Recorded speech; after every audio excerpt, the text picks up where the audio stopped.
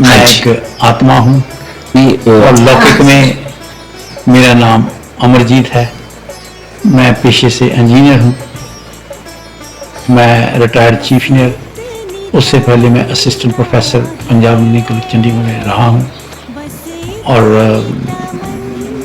मेरा जो घर है वो चंडीगढ़ में है।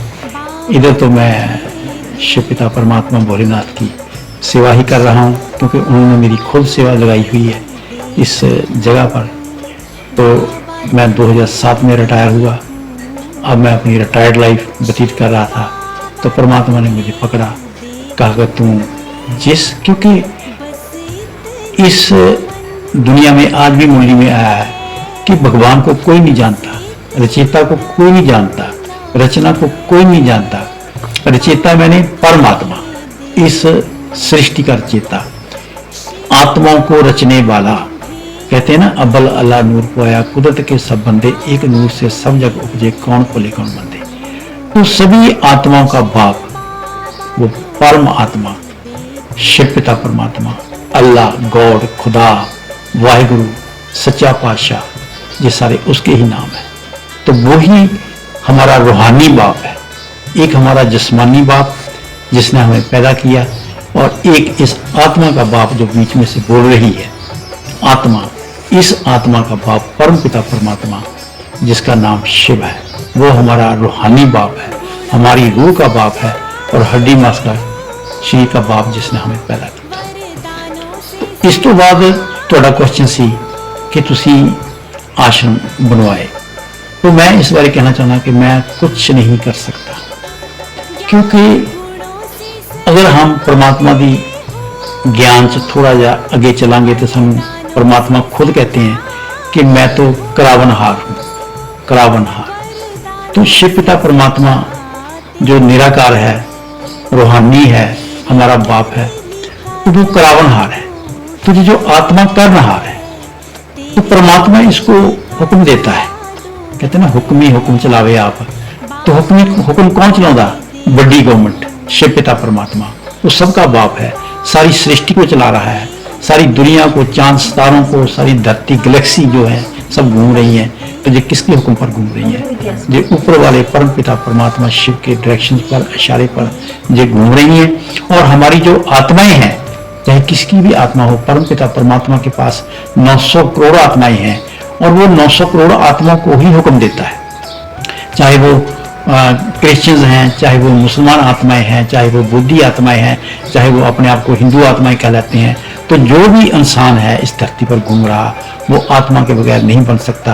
तो आत्मा को हुक्म देने वाला परम पिता परमात्मा है। जैसे सीताराम भी आए, श्री कृष्ण जी आए, ब्रह्मा विष्णु शंकर। हाँ जी, हाँ जी, ब्रह्मा विष्णु शंकर। वैसे गीता में भी कहा गया कि सबसे बड़े देव हमने 3 रखे हैं, ब्रह्मा विष्णु महेश। वो देवता है। हाँ, देवता वो देवता है, लेकिन देवताओं के ऊपर परम पिता परमात्मा है। उनकी सत्ता से हम ये चलो, उनको क्या रखा भी ये चलाइए आप। देवता और परमात्मा में भी फर्क होता है। देवता और परमात्मा में क्या फर्क है कि जो परमात्मा है वो निराकार है, वो अशरीरी है, उसका अपना शरीर नहीं है। और जो आत्मा ऐसे शरीर के चोरे में आ गई, चाहे वो ब्रह्मा जी हैं, चाहे वो विष्णु जी हैं, चाहे वो शंकर जी हैं, चाहे कुछ भी हैं, चाहे वो राम जी हैं, चाहे वो कृष्ण जी हैं, तो वो परमात्मा उनको नहीं कहा जा सकता। जैसे कृष्ण के यीशु मसीह भी हो गए बीच में, सब बीच में, सब बीच में। यीशु मसीह तो मुसलमानों के जो पैगंबर, वो भी एक आत्मा ही थी, क्योंकि उन सबका जो बाप है वो शिव पिता परमात्मा, रूहानी बाप। जी, रूहानी बाप, रूहों का मालिक, रूहों का मालिक वो है। तो जो हम ऐसी लड़ाइयाँ लड़ रहे हैं, उसके अज्ञान के कारण, उसके बारे में बोलिए। क्योंकि हमें उसका ज्ञान नहीं है, हम अज्ञानता में हैं। हमने 24 परमात्मा बनाए हुए हैं। कोई कहता है महात्मा बुद्ध परमात्मा है, कोई कहता है ये क्राइस्ट परमात्मा है, कोई कहता है कोई परमात्मा। लेकिन भगवान ने तो एक शब्द में सारा कुछ क्लियर कर दिया कि जिसका शरीर है वो परमात्मा नहीं हो सकता। जो अशरीरी है, जिसका जो आत्मा शरीर धारण नहीं करती, वो परमात्मा वो एक ही है, शिव पिता परमात्मा, जो कभी शरीर धारण नहीं करते। जैसे आजकल लोग थोड़ी नौकरी करके आते हैं, उनको थोड़ा मिलती है पेंशन वगैरह।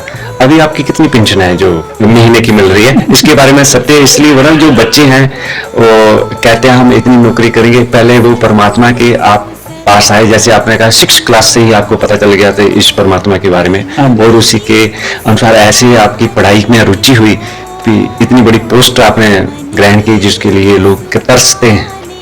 तो वो तो है। अभी आप कितनी पेंशन ले रहे हैं? जो आजकल हमारे देखा कैप्टन जो होते हैं वो कहते हैं हम इतने ले रहे हैं, इतने ले रहे हैं, और फिर भी वो इतने दुखी हैं। पर आप इतने सुखी कैसे हुए कि इतने आश्रमों का भी निर्माण कर रहे हैं और हम जैसों को, अज्ञानियों को ज्ञान भी दे रहे हैं परमपिता परमेश्वर का, और वो इतने दुखी कि आप ईश्वर आ नहीं पा रहे। और आप प्लीज अपनी पेंशन एक बार हकीकत में इतनी बता दीजिए कि उनको भी लगे भी सही बोल रहे हैं।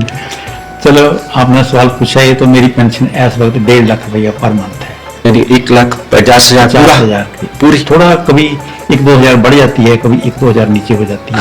ये जो इनकम टैक्स पे ऊपर डिपेंड करता है। कभी इनकम टैक्स थोड़ी ज्यादा काट लेते हैं, कभी कम काटते हैं, तो ऐसे 1.5 लाख की। आपकी जो स्टार्टिंग है किस रैंक से हुई और रिटायर हुए किस रैंक से? मैं स्टार्टिंग मेरी एसडीओ, जिसको एसडीओ बोलते हैं, सब डिविजनल ऑफिसर बोलते हैं। तो कौन से महकमे में? पीडब्ल्यूडी। अच्छा, जो रिटायर हुए थे किस पोस्ट? रिटायर थे chief engineer Punjab. Chief engineer. बड़ा सौभाग्य है हमारा भी आप जैसे अफसर के साथ हमें बात करने का थोड़ा मौका मिल रहा है। नहीं तो जो आजकल कहते हैं एक होल्डर होता है ना, पेंशन लेता है जो 24 साल करके आता है या 17 साल करके, वो तो हम जैसों को इंसान ही नहीं समझता। लेकिन आप फिर भी परम पिता परमेश्वर का ज्ञान दे रहे हैं, तो आपकी माता को और पिता को धन्यवाद है कि आप जैसा पुत्र उनका और हम जैसों का तारनहार बन रहा है, फिर सीधा डायरेक्ट उस परमात्मा से मिली, हमसे ना मिली है। इसके बारे में आपका कुछ जो कहना चाहिए तो? हाँ, परमात्मा के बारे में तो मैं पहले भी कहा कि जैसे आपने बोला कि आश्रम बनाता हूँ, मैं तो बोल दिया कि मैं आश्रम बनाता हूँ। इतने आश्रम बना रखे हैं आपने? नहीं, शिव बाबा ने आपके हाथों से, कमलों से कितने आश्रम? तकरीबन, मतलब क्या बोलूं, नहीं सत्य बोला, इंडिया में और बाहरले देशों में भी आश्रम बने हैं। अच्छा, बाहर भी बनाया है? नेपाल में। अच्छा, नेपाल में भी बनाए हैं। नेपाल में कितना बने? 1-2 ज्यादा? वहाँ बने हैं नेपाल में 2। हाँ, तो इंडिया में टोटल करो 16 को गिनती करो तो 16 हो चुके होंगे, है ना। ये तो बहुत ऊंची बात है, जहाँ पर हम जब परमात्मा को जीवन दिया है तो परमात्मा ने डायरेक्शन दिए हैं कि बच्चे अब जो जितना जीवन आपका बचा है वो लोगों को ज्ञान दो, मेरा ज्ञान दो, क्योंकि मेरा सही पीछे लोगों को नहीं है कि परमात्मा कौन है। क्योंकि परमात्मा तो अलग अलग बनाए हुए हैं, है ना। क्रिश्चियंस ने अपने अलग परमात्मा बनाया हुआ है ना, और जो बुद्धि है वो अलग बनाया हुआ है। तो परमात्मा ना, वो खुद ही बोलते हैं परमात्मा एक है। तो एक परमात्मा के बारे में, शिव पिता परमात्मा के बारे में, निराकार परमात्मा के बारे में हम ज्ञान दे रहे हैं। तो हम तो चाहते हैं कि सभी का कल्याण हो, क्योंकि परमात्मा के ज्ञान के बगैर किसी का कल्याण नहीं हो सकता, किसी की गति नहीं हो सकती। चलो बाकी सारी गलत हो जाएंगी, लेकिन जो आत्मा की गति होनी है वो तो सिर्फ उसका बाप, आत्मा का बाप, परम पिता परमात्मा, जिसका नाम शिव है, इसकी गति वो ही कर सकता है। जो आपकी मुरली आती है वो भी गीता ही होती है? गीता, ये जो मुरली है इसको सच्ची सच्ची गीता बोलते हैं। सच्ची गीता 2 है। एक तो है भक्ति मार्ग की गीता जो ऋषि व्यास जी ने गाई है। ऋषि व्यास, जो हम 18 चैप्टर बाहर की गीता पढ़ते हैं, है ना, तो वो ऋषि व्यास की गाई हुई, क्योंकि ऋषि व्यास भी तो हमारे जैसे मनुष्य थे ना, है ना। तो इस करके वो भक्ति मार्ग की गीता है, ये ज्ञान मार्ग की गीता है। इस ज्ञान मार्ग की गीता से, ये ज्ञान मार्ग की गीता परम पिता परमात्मा शिव खुद सुनाते हैं। ये जो मुरलियां जिनको हम बोलते हैं, ये परम पिता परमात्मा के मुख से आई हुआ ज्ञान है। मुझे लगता है कि हर परिवार के इकट्ठे बैठकर मुरली पर थोड़ा विचार करें। एक ऐसे जैसे इधर पढ़ते हैं, ज्यादा नहीं आ सकते इतनी दूर, तो एक बार रोज का शाम को टाइम टेबल बनाए, पढ़ें तो उनकी ज्यादा नॉलेज बढ़ेगी। और हफ्ते में ज्यादा नहीं तो हफ्ते में या तीसरे दिन तो जरूर जहाँ पर आकर आप जैसे महापुरुष का ज्ञान लिया जाए तो तभी गति हो सकती है। जैसे टीचर की आवश्यकता होती है, किताबें तो पढ़ी रहती हैं, लेकिन उस किताब में IAS भी होता है और सफाई कर्मचारी भी होता है। देखो, ये जो ज्ञान है एक बहुत ऊंचा ज्ञान है। इस ज्ञान का लक्ष्य मनुष्य से देवता बनाना।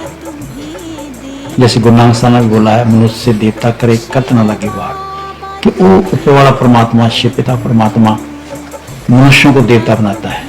क्योंकि टोटल 900 करोड़ आत्माएं हैं परमपिता परमात्मा के पास, और 900 करोड़ आत्माओं से सिर्फ 33 करोड़ ही देवी देवता बनते हैं।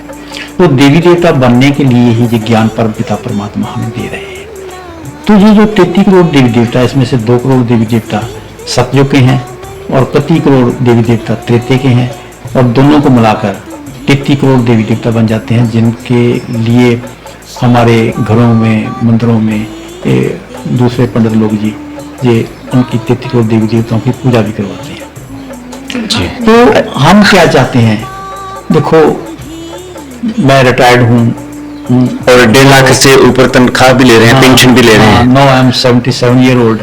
I have completed 77 years. 77 years old. Entered into 78 years. तो लेकिन मेरा लक्ष्य ये है कि परमात्मा मेरे में इतनी की शक्ति भर दे, इतनी की शक्ति भर दे कि जितना भी ये एरिया है, ये सारा एरिया ही देवी देवताओं का बन जाए।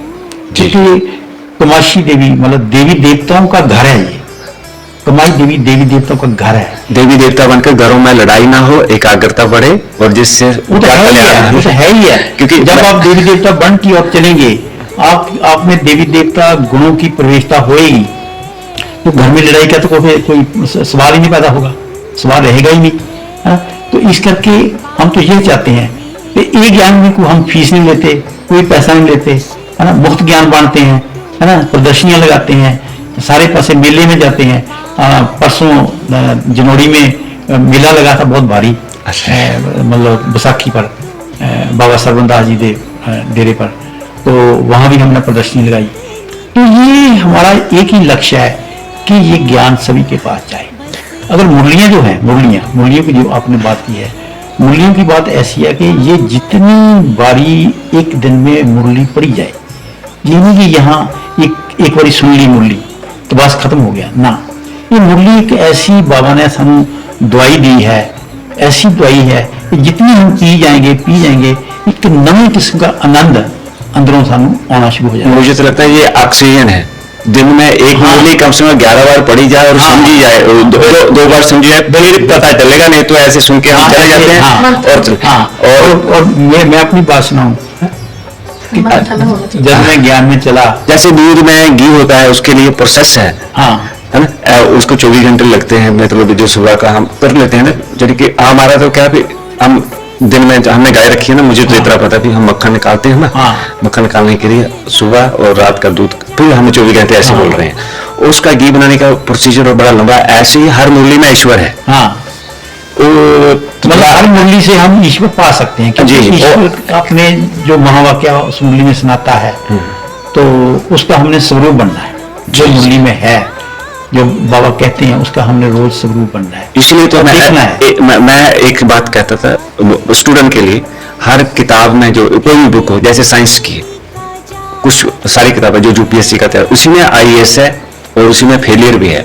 जो समझ गया वो आईएएस बन गया, तो जो कुछ ढूंढ रह गया तो आईपीएस या कोई और जो पोस्ट हैं। ऐसे ये मुरली है, वो साक्षात ब्रह्मा बाबा जो ईश्वर देते हैं, जिसकी सत्ता से ब्रह्मा विष्णु महेश अपना कार्य कर रहे हैं और सारे मनुष्य कर रहे हैं।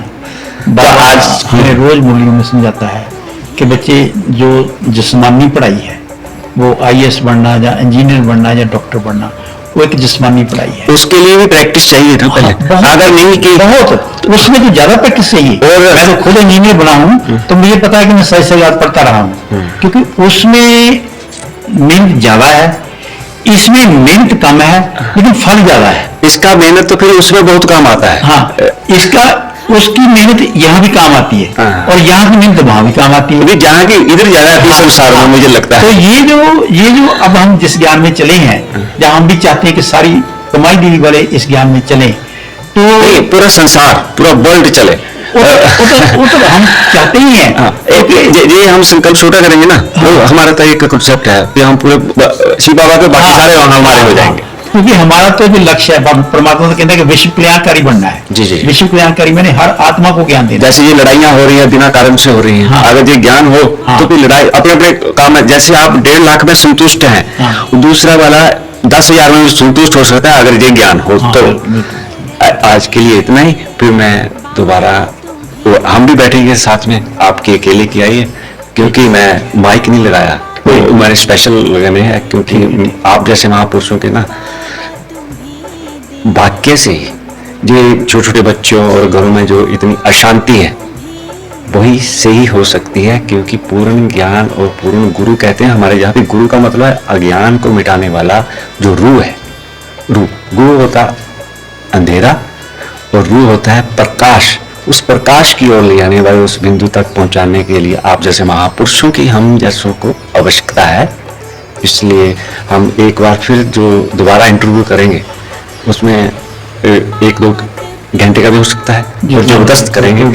तो आपका बहुत बड़ा शुक्रिया जो इतने 1.5 लाख रुपए पेंशन लेने वाले भी इस वक्त हम जैसे मूर्ख से बात कर रहे हैं। ओम शांति। ओम शांति, ओम शांति, ओम शांति। अभी